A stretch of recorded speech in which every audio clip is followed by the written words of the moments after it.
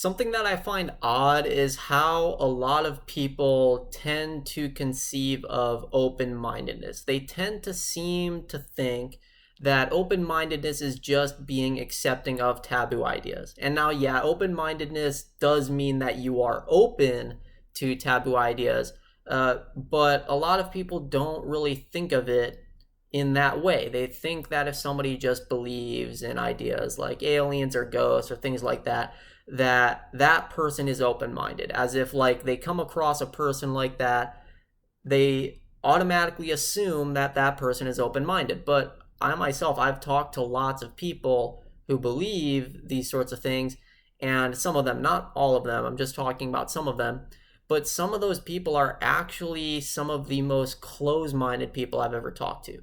Like far more close-minded than a lot of the people that the general public thinks are closed-minded. Like when the general public thinks of closed-minded people, they think of like skeptics, researchers, scientists, all sorts of academic personnel.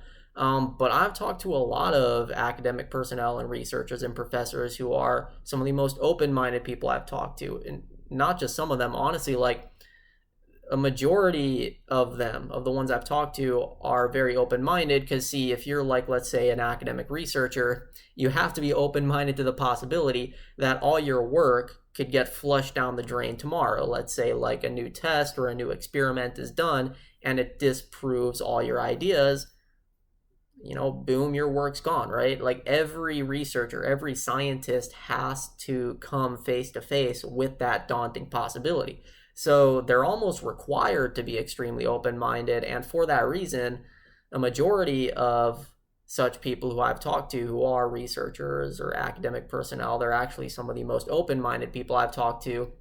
Whereas, on the opposite end of that, I've talked to a lot of people who believe in aliens and ghosts and things like that. And they're actually so close-minded that they're not willing to seriously consider the possibility that such things don't exist, right?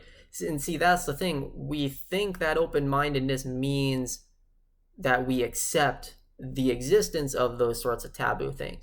But no, real open-mindedness means that you are open to the possibility that such things exist, but you're also open to very boring, very ordinary, very mundane possibilities, such as the non-existence of those things, right? I mean, why should open-mindedness mean that you're only open-minded to their existence, but then not open-minded to their non-existence? See, if you're really open-minded, you're going to be open to both possibilities. They could exist, they could not exist. So like one example of this is with regards to UAP, unidentified aerial phenomena, this whole spiel that's been talked about in the news over the past couple years now, right? I mean, of course, they were known as UFOs before that, but they weren't really mainstream. Starting a couple years ago, they entered the mainstream media, and so now we have all these debates and discussions going on over whether the UAP are just weather phenomena or whether they're foreign technology from, let's say, Russia or China, or maybe they're alien craft from alien civilizations. And so I've talked to quite a few people about UAP, and given that, I'm a person with a lot of strange ideas, my content is very bizarre, a lot of people will enter into a discussion about UAP with me, no rhyme intended, and they'll seem to automatically assume that all think that it's aliens. Like they'll kind of just be like, oh yeah, like clearly it's got to be aliens, right? Like there's no way that foreign powers could ever create technology like that. There's no way that it could be weather phenomena. I mean, radar is tagging these things at like 72,000 miles per hour, and they seem to be like teleporting around. Like how could weather seem to act in intelligent fashions like that? Like there's no way it could be just unconscious weather phenomena. And so they'll kind of enter the discussion with this assumption of, all those ordinary possibilities are just kind of silly to consider because they're so strange, they're so wacky. But that's the irony, is that yes, I am a person who has a lot of strange experiences and strange encounters, but see, for that very reason, the notion that UAP are just weather phenomena or foreign technology really is not that strange to me. Like that's the irony of it, is like, yes, given how bizarre I am of course open-minded to UAP being alien technology, but I'm also open to the very boring possibilities and the very, hyper rational scientific possibilities that it is just weather phenomena or foreign technology. And of course, people will be like, well, how could that possibly be the case? Again, these things are zipping around at thousands of miles per hour. They seem to be teleporting around and defying physics. So how could that be weather? And I'm just like, well, man, I don't know. I see a lot of strange things. Like seeing weather that acts that way is not something new to me. I do have experiences like that, not just referring to the infinite quote unquote experience, which has always been there for me, but also referring to more personal Ethan experiences that take place within this experience here, where, Ethan's filming and doing this video.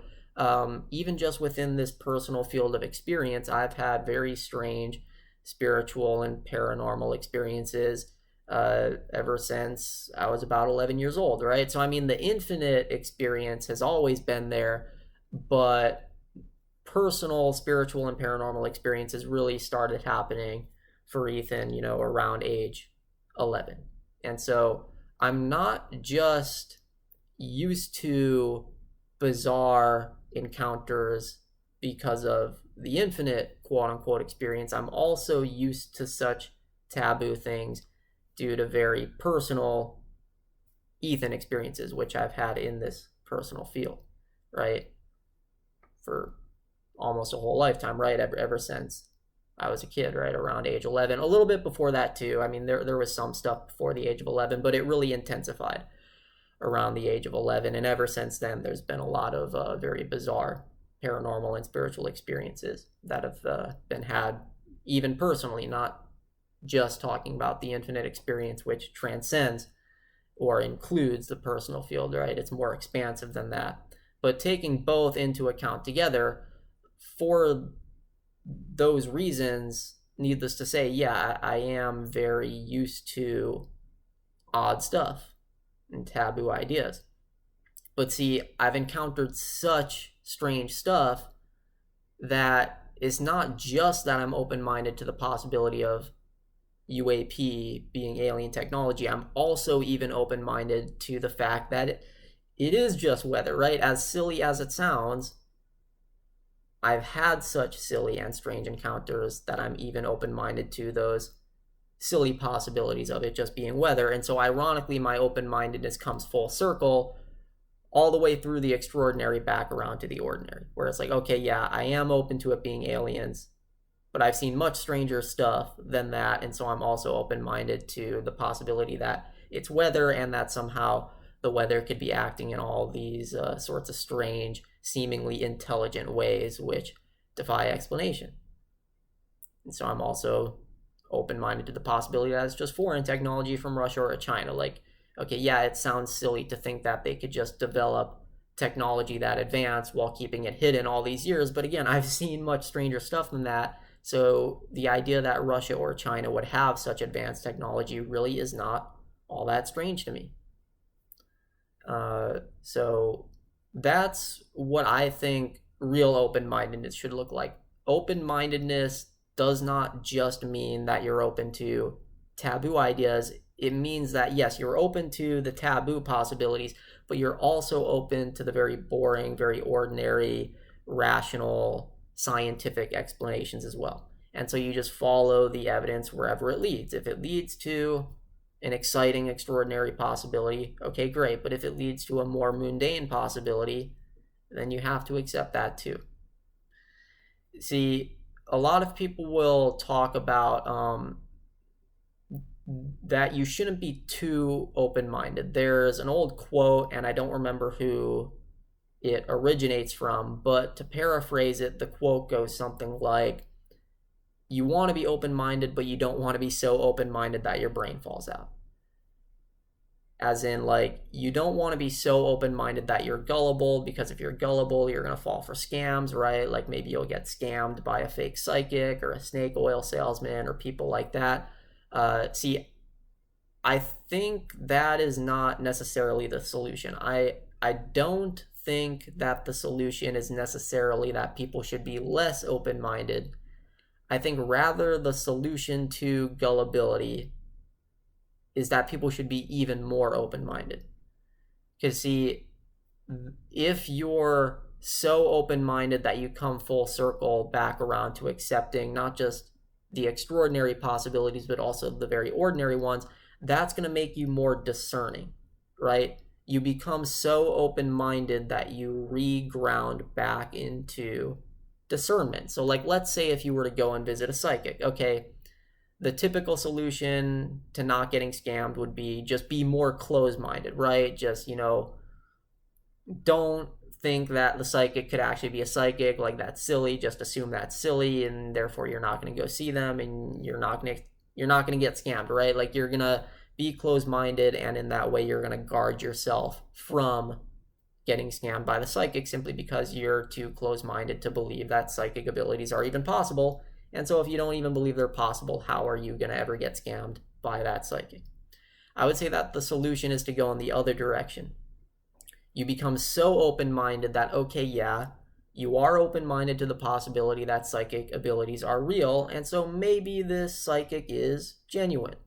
But you're not just open-minded to that possibility, you're also open-minded to the possibility that, hey, shitty people exist, scammers exist, self-deception exists, so maybe the psychic is just a liar or a scammer, or maybe they're just a person who thinks they're psychic but is not actually psychic.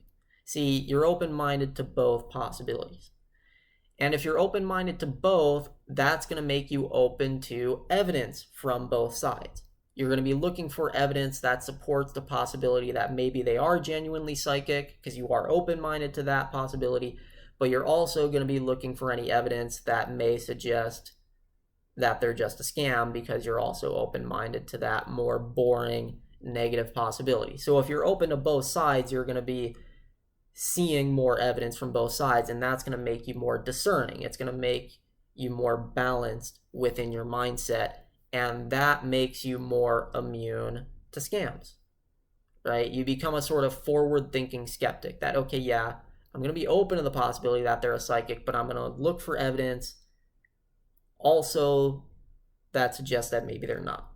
And so if any evidence comes forward, you're going to see that. It's going to set off a red flag in your head, and that's going to make you be more cautious, and you're not just going to give them all your money. So a lot of people will talk about groups of people who believe in these sorts of strange things, like New Agers are a common example. People will look at New Agers as being too open-minded. Like, they're so open-minded that they're gullible, and so they often get scammed. But see, I look at New Agers and I actually think that they're very closed-minded. New Agers look closed-minded to me. I do not think of them as the epitome of open-mindedness. I would say that the problem with gullible New Agers is not that they're too open-minded. It's actually that they're not open-minded enough, right? See, they're open-minded to the existence of all sorts of strange ideas, but they're not open-minded to the non-existence of such things.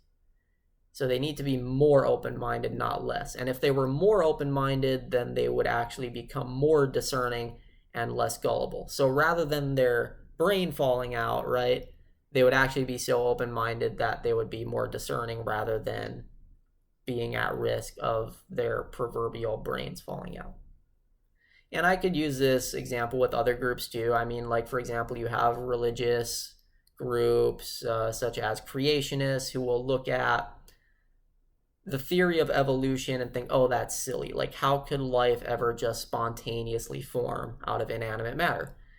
And it's like, well, that idea is not that strange to me. I mean, I have experiences of worlds where entire sentient beings just materialize out of thin air. So how could evolution look strange to a person like me? I mean, evolution is not just sentient life materializing out of thin air. No, it's very gradual chemical processes that lead to biological organisms over millions and millions of years of change, right? Gradual change, just one gradual step to the next. That is nowhere close to looking as insane as organisms just materializing out of thin air. So if I have encounters with the latter, what makes you think that I'd find the former strange at all? So see, I'm so open-minded that even very rational scientific theories like evolution are something that I'm very open to, because they don't look strange or silly to me, yet for some reason they look quote-unquote strange or silly to religious creationists who liken themselves as like open-minded people. But see, they don't really look all that open-minded to me, because they point at theories like evolution and say, oh, they're just silly, there's no way that could happen, there's no way that's possible. It's kind of similar to the UAP example, right? Like, oh, it's silly to think that it could be weather. Okay, yeah, it is silly, but I'm used to silly stuff, so it's not that silly to me. Same thing with evolution. Okay, you may think it's silly that life could form out of inanimate matter, but to me it really doesn't look that silly. So I'm so open to all the possibilities that I actually re-ground back into the ordinary, and rather than being gullible, that actually makes me more discerning, because I'm willing to look at evidence not just in support of the extraordinary possibilities, but also the very boring ones that most people are unwilling to take a look at. So hopefully you can use that and apply it to your life. Let me know if you have any questions about this topic. If not, I'll see you all next time.